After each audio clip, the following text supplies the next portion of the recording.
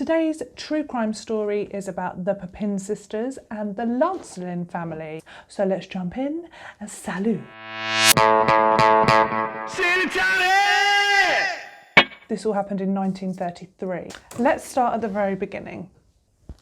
We have Gustave, I think that's how you pronounce his name, Gustave Papin, and his girlfriend, then to become wife, Clemence. So they met and Clemence became pregnant. She became pregnant with Amelia, and it wasn't a happy turn of events. I don't believe that Clemence really wanted to be with Gustave or necessarily be serious with Gustave. It didn't sound like it. It sounded like there was all these rumours going around that she was having an affair or more than one affair. She was certainly promiscuous. She was probably just flouncing about. I don't think she was taking anything very seriously. And then she became pregnant with Gustave's baby. 5 months after they marry in 1901, Clemence gives birth to Amelia, and that's their first child together. During this time, it was rumoured that she continued to have these affairs, and one of which, I think the affair in question that caused all this controversy in their marriage in the beginning was with her boss, Dirty Minx. So she's having an affair with her boss. Gustave is in love with her and I think just wants to make everything work. They've got a baby together. He wants to have a happy family, and that all goes horribly wrong.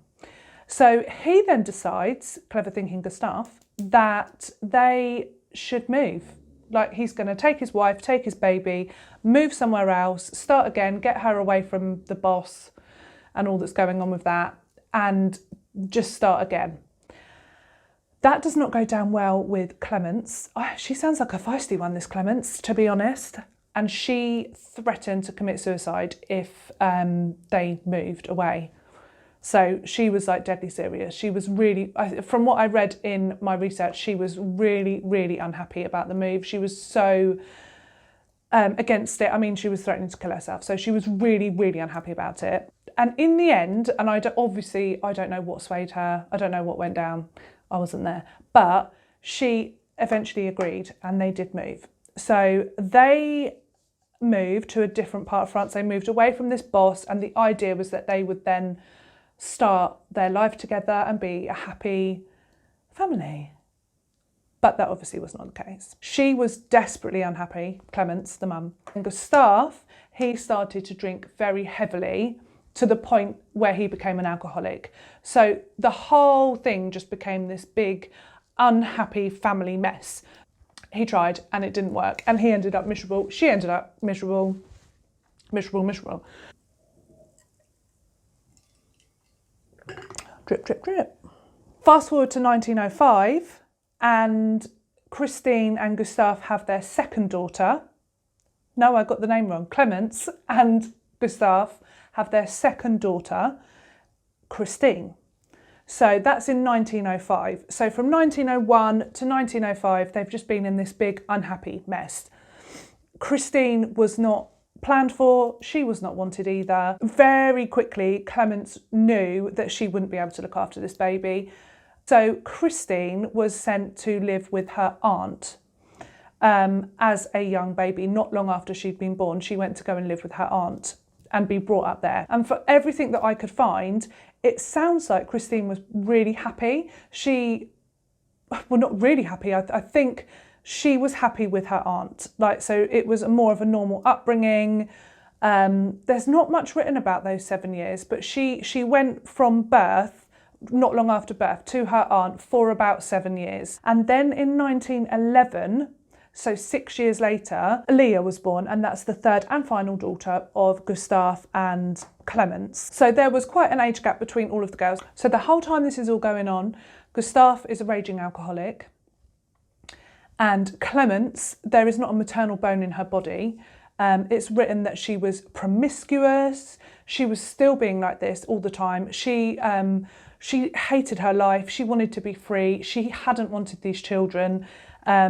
She sent Christine off to live with an aunt, and then in 1911, when Leah was born, Leah was sent to go and live with her uncle.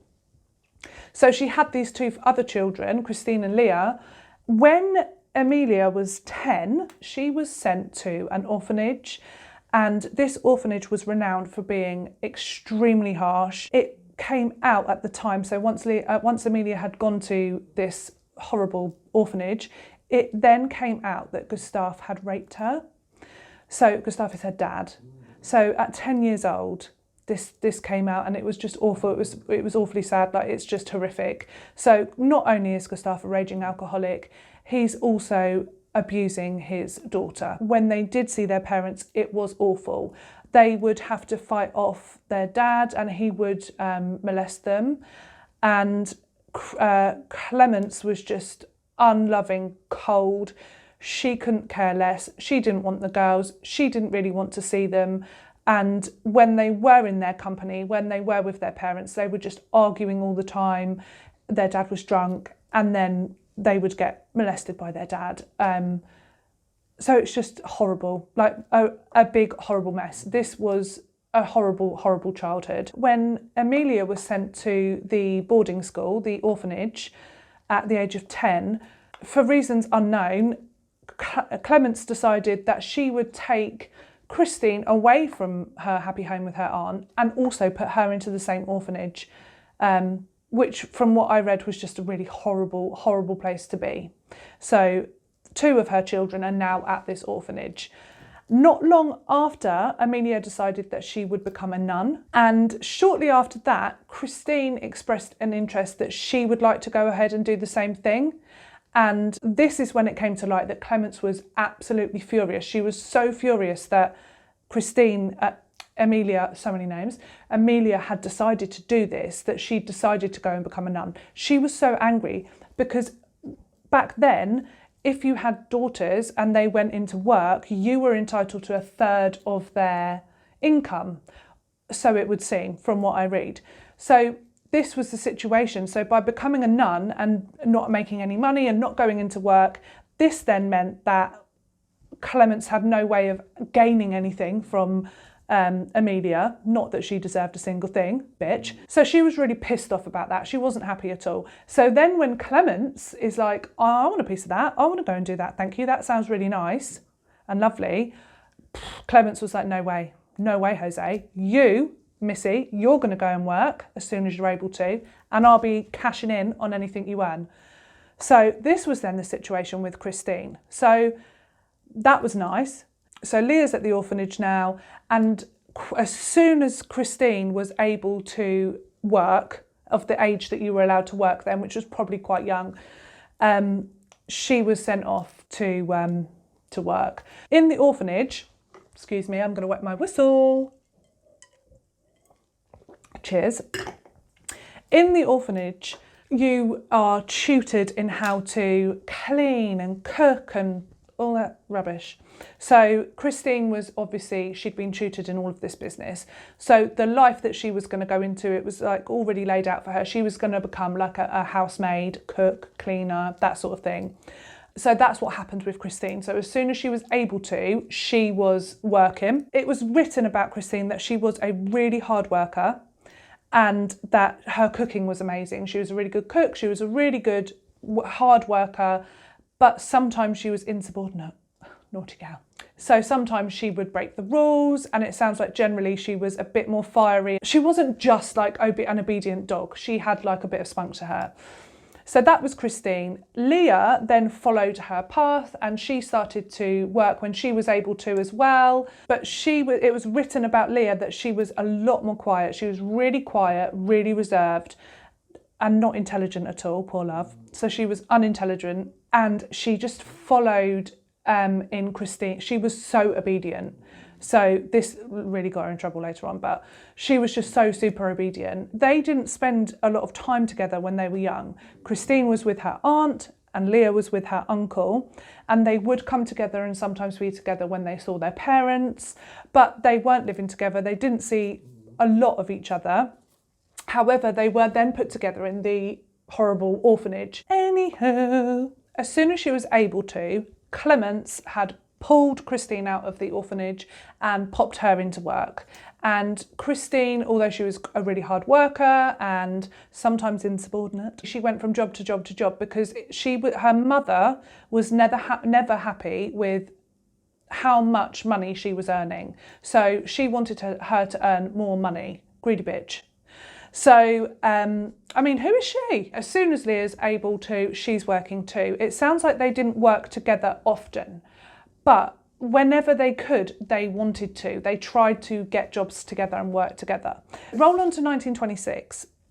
Christine bags a job as housemaid for the Lancelin family. So this consists of René Lancelin, and he's a retired lawyer. His wife, Madame Lancelin, I forget her name, it's on the tip of my tongue, Leonie, and their grown-up daughter, Genevieve. She lives there too. They were just so happy with Christine. She was working there. They were really impressed with her work ethic and how she cleaned the house and cooked. It sounds like she was a really good cook and she was really good at her job. So that was great. And they were really, really impressed and really happy. Christine managed to get Leah on board as well. So Leah came. And then it worked out that Christine would cook and Leah became the housekeeper, the housemaid, and she would do all the cleaning. So they were like this little team. And from what I researched, it sounds like they were like the dream team of housekeeping. They had it down. Everyone was super jealous. They were like, oh my God, your girls are amazing. I wish mum were like that. So they would work 14 hours a day. And they would normally get like a day off. I think it was like Sunday. So they would work Monday to Saturday. And from what I read, I believe Christine and Leah, they only took half a day off a week. Mugs. So, and they literally only would go to church on a Sunday morning, go and pray to God, and to a mystic, a psychic. Like they'd go and see a psychic sometimes. Everyone just said they were just really, really odd.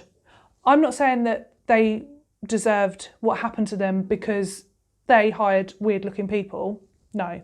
But give yourself a chance, basically. They just looked really scary. So they looked really scary and solemn and like what? They didn't speak. People like at the time believed that they were psychic because they just didn't speak. What's that about? I mean, they didn't speak, no, because, sorry, it just freaks me right out. I am actually getting a little freaked out telling the story. It does freak me out because they didn't talk, they didn't communicate through words. So they must have spoken at some point. They must have talked to this family to get the jobs. Who knows? Maybe they sell themselves really well at the beginning. I don't know. I wasn't there. But all of the locals would just say they were very odd. They were always together. They didn't communicate. They didn't talk to each other. So people just thought they were psychic because they were just so in tune with each other and they didn't actually talk to each other, which is odd. They had a strange aura about them. Turns out that in the 7 years of service that they had with the Lancelin family, they rarely spoke to them.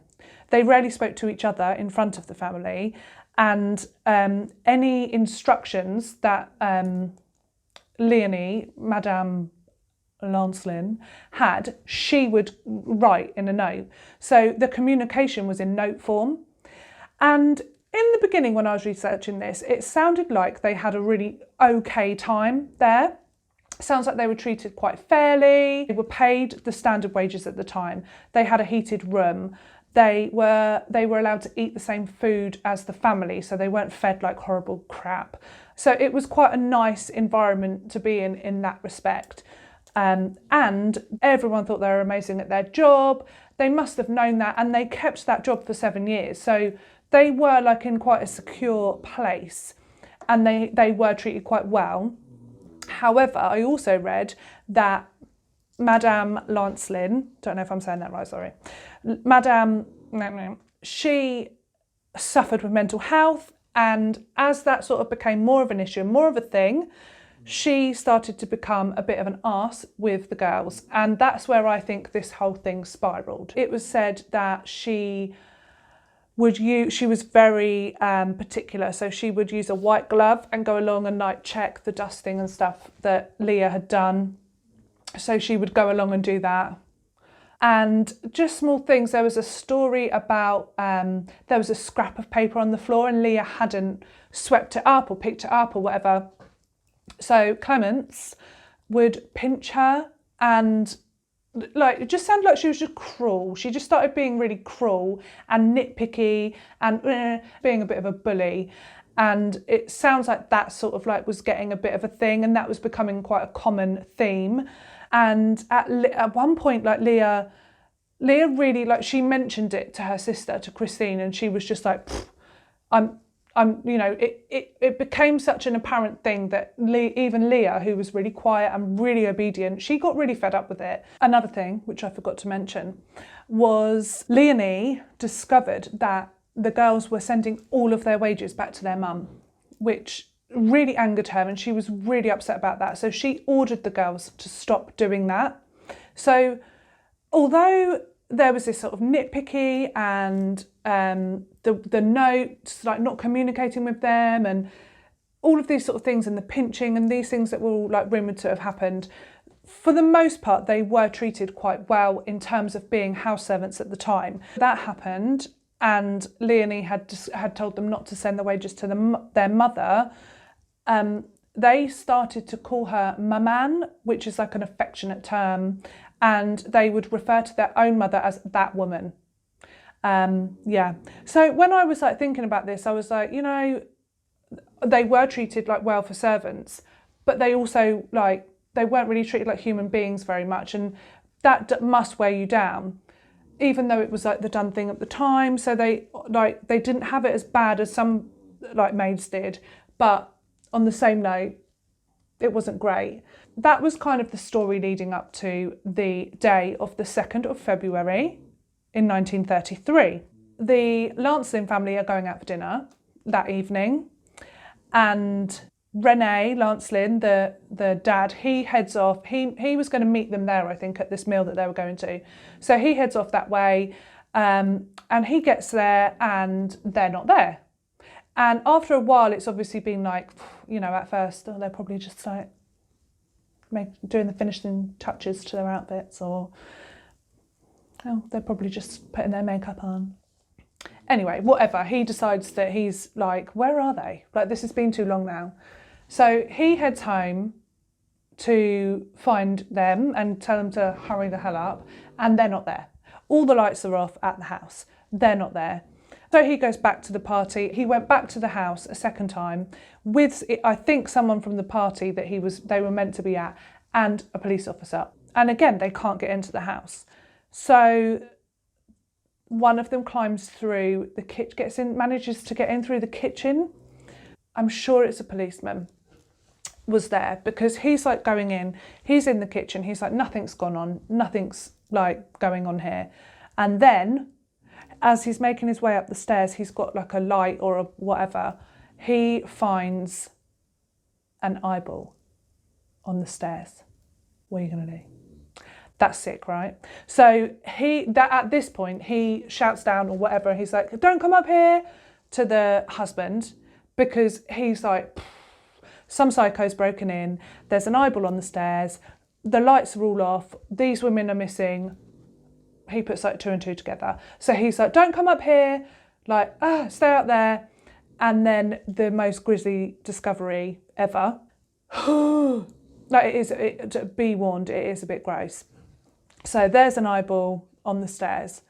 And as they walk up, or he walks up onto the landing, I think there was 2 of them, they find the 2 bodies of Leonie and Genevieve, and they're like on the landing, and basically they are unrecognisable. So their whole kind of faces are gone, like it's kind of just like a bloody mush. You can still like see the shape of their head and stuff, but like nothing else. So you wouldn't be able to tell who that was. Obviously, they're guessing that it's these two women because they live there and they're missing, they're not there. So this is what they've encountered. Their skirts are all like up here, there's blood everywhere. Yeah, it's a grim, grim sight.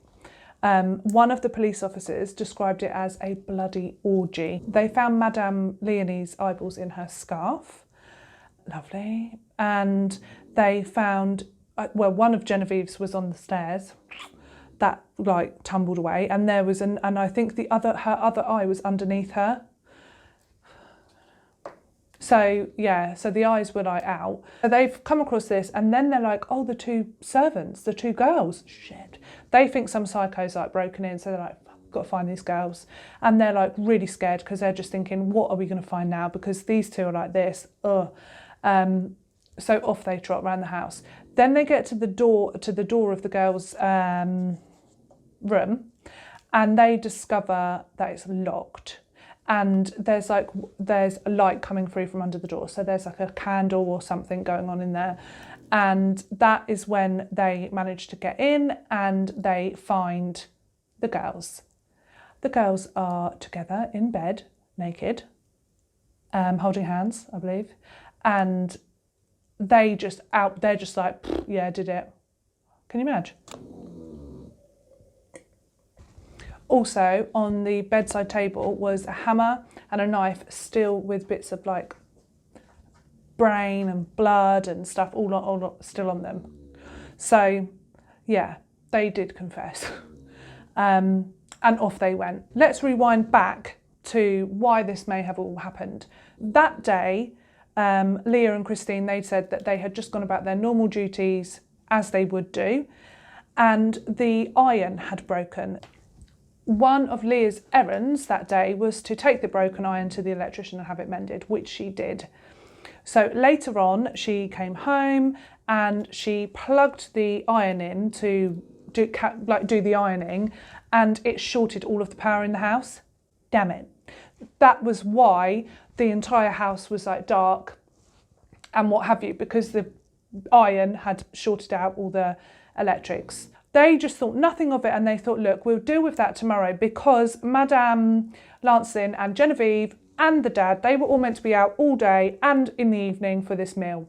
So whatever, they were just like, yeah, we'll deal with that tomorrow. Who cares? Like, they didn't care about it. It wasn't a big deal. It wasn't like a massive problem. Who cares? However, Madame Lancelin and Genevieve came home early. Big mistake.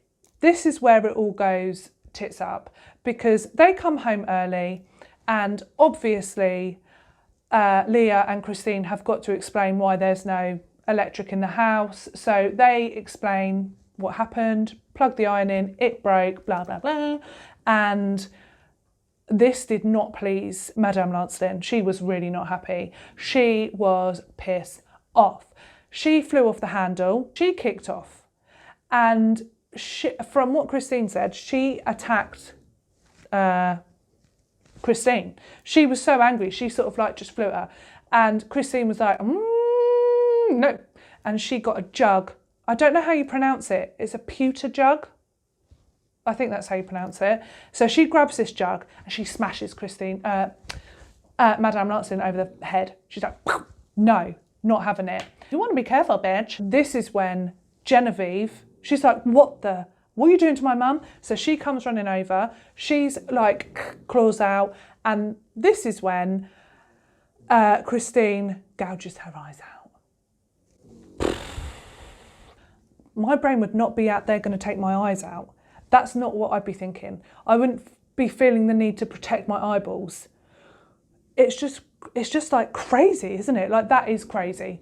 So Christine, Genevieve's coming at her and she rips her eyeballs out of her head. Leah hears all of this. I think Leah's upstairs in their like bedroom quarters thing. Let me take a break. Leah's upstairs. She hears all this racket. She's down the stairs. She's like, come down. She sees that Christine, I think, has smashed her on the head, and she sees her take the eyeballs out. And Christine shouts at Leah. She's like, smash her head on the floor and rip her eyeballs out. And this is where Leah, like, that is some sisterly love, because there's no way I'd be doing that if my sister told me to. Like, no. So, and Leah does. Leah just does what she's told. So she does exactly what she's been told to do. She does that, eyes are gone. So there's these two blind now in pain, like excruciating pain. Can you imagine? When I was reading this, I kept like thinking, oh, no. Yeah. And also then you are blind. I mean, obviously you haven't got any eyes, but the panic, like it's just grim, really grim. But they didn't stop there, these two.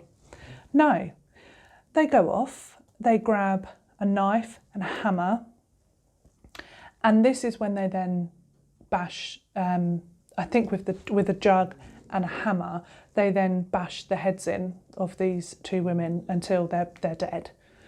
They then use the knife, they lifted their skirts and they cut their thighs, their buttocks, their genitals. They just went to town. Just a lot of rage and anger, and yeah. When they'd finished with all of this, off they went to clean themselves up, and that is why they were then in bed together, naked, after having gotten all clean and whatever. And yeah.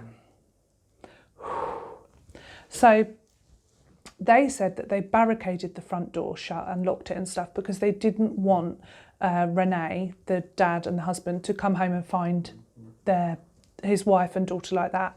So that was what they said about that. And then obviously the police broke into their bedroom and took them away. And when that then happened, they were separated. So they were separated when they went to prison.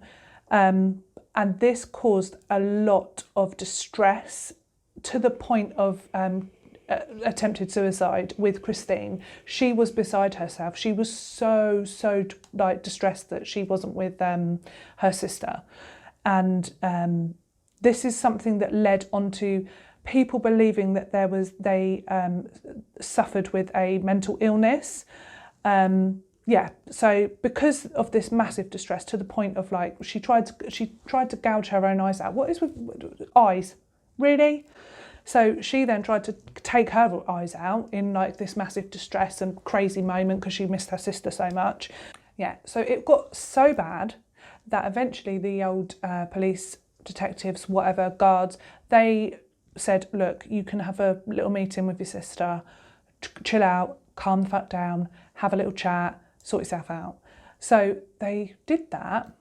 This is where the whole lesbian incest part of it comes in. Well, it came in earlier because they were found in bed together, naked, clinging onto each other. And the police were like, okay, a bit weird. I mean, the whole thing's a bit weird. But so that was the first thing. They were just like, that's unusual. And then this, because when they got together for this like meeting to help Christine with her mental, Christine started like unbuttoning Leah's blouse and started like trying to undress her and was all groping and stuff and was saying, oh, please say yes, please say yes. So yeah, I think they were then separated again and the police were just like, what the fuck? Loads of people like calling for the death penalty, loads. There was a lot of talk about whether they were insane, like clinically insane or whatever, and they saw loads of professionals and they had loads of tests done to prove whether they were insane or whether they were not sane and like all of that, and it was deemed that they were sane. The only thing that sort of came about, and I believe it was afterwards, was that somebody suggested that they had folie à deux, which is a shared psychosis. So the symptoms of it sound like quite similar. So because they were so sort of like entwined, Mother of Mary, a lot of people talk about the class struggles, so how the wealthy were treating their servants, and they felt like this was an explosion of like suppression and being treated badly and what have you. And a lot of people did have sympathy for the girls because they knew the background of these two girls and their upbringing. Even back in the day, the girl's childhood was rough. Like it wasn't a good one. It wasn't nice. So I'm not saying that they should have gouged anybody's eyes out or murdered people in fits of rage, but they did have a really rough start. So you can piece things together. I find that really interesting. Like just kind of like going back and thinking, like what scares me more is people where you can't think why. Like that's scary as shit, isn't it? Because like you like to be able to sort of be on the lookout. If it's not like that, then it's scary as shit. Like I said. Cheers. Good point. Pardon me. The girls' defence claimed insanity in the trial. However, the jury saw how horrific, because it was like, you've got to admit, they didn't just have a stab or bump someone on the head. They went to town on them. It was like overkill to the max. And the whole, I think, like, that's a lot. So the jury, like they looked at the bodies and obviously all the pictures and everything, and they saw this horrificness, and they also saw the fact that these girls then got themselves washed and went to bed, and they were just like, yeah, they're not insane, they're cold-blooded, murderous killers. So they were not found to be insane by the court or the jury, so therefore they went on trial as like completely sane people, and they were sentenced accordingly. They did originally sentence Christine to death by guillotine, and but they changed it. So she then, I think they both were like sentenced to a prison. Leah was let off a bit more lightly because it was quite evident that she was sort of the one tagging along, if you know what I mean. So that was that. Then they sort of went off and they went to prison. Unfortunately for Christine, the separation from her sister and the whole thing just spiralled, and she refused to eat, really unhappy. And then in 1937, she just withered away. Like they call it, she basically starved herself to death. Leah, she seemed to do much better. She fared better, and she got out of prison after 10 years. And there's loads of controversy about when Leah died. There's not much to be found on Leah. People believe that she might have changed her name, and then there was a documentary series made, and people think that she was on that and that she didn't die when they thought she died, but she actually died in like 2001. There's reports that she died in 1982. But then this thing came out, and there's also reports that she might have died in 2001. So no one really knows, but they think she changed her name. You can't find much about her, but it makes sense that she would come out and change her name, because that's quite a history, isn't it? So they were much more lenient on Leah because they believed that Christine was the mastermind behind the whole thing. So they sentenced Leah to 10 years of hard labour, which still sounds grim. Following on from all of this, it's been quite a sensational story because there was just so many things to it, and it was quite graphic and shocking. The whole like lesbian thing, incest, class wars, all of that all put together just made it like this big sensational story. And everyone had like an opinion on it. It was like the story of the time. It was just huge. And even since then, there have been books, there have been plays, there have been films, there have been poems, just everything. Like there's been so much on it. Just realised that I've spent the entire time holding a pen. And so that is the story of the Papin sisters, the Lancelin family, and how they met their grisly death. I hope to see you next week for another true crime story and a glass of gin. Bye.